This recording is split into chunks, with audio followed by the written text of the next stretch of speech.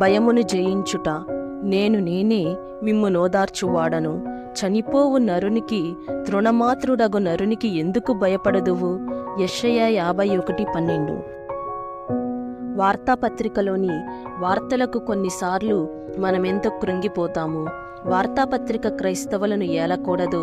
మనం ప్రార్థనలో తగ్గినప్పుడు, విశ్వాసములో తగ్గినప్పుడే దాని ప్రభావము మనపై హెచ్చుగా ఉంటుంది. దేవుని వాక్యము మనకు నిజమైన వార్తాపత్రిక.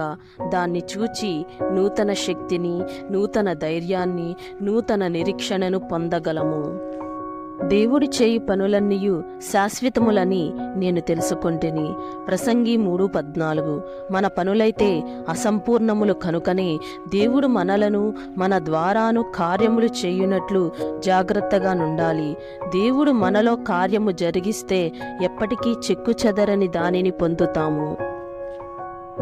అతను చనిపోగానే కూలిపోయే ఇంటిని ఎవరైనా కడతారా? ఎవరూ అలా కట్టరు. తమ మనవళ్ల వరకైనా నిలిచియుండే దాన్ని కట్టాలని అందరూ ఆశపడతారు. దేవుడేదైనా పనిచేస్తే అది శాశ్వతమైనది. మన హృదయాలలో గాని, ఇతరుల హృదయాలలో గాని ఆయన చేసే పనికి శాశ్వత ప్రతిఫలం ఉంటుంది.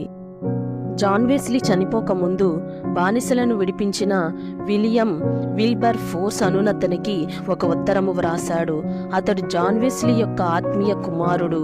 జాన్ వెస్లీ చనిపోయి శతాబ్దాలు గడిచిపోయినను వెస్లియన్ సంఘాలలో ఇంకా ఆయన జీవిత ప్రభావము, శక్తి ఉన్నాయి.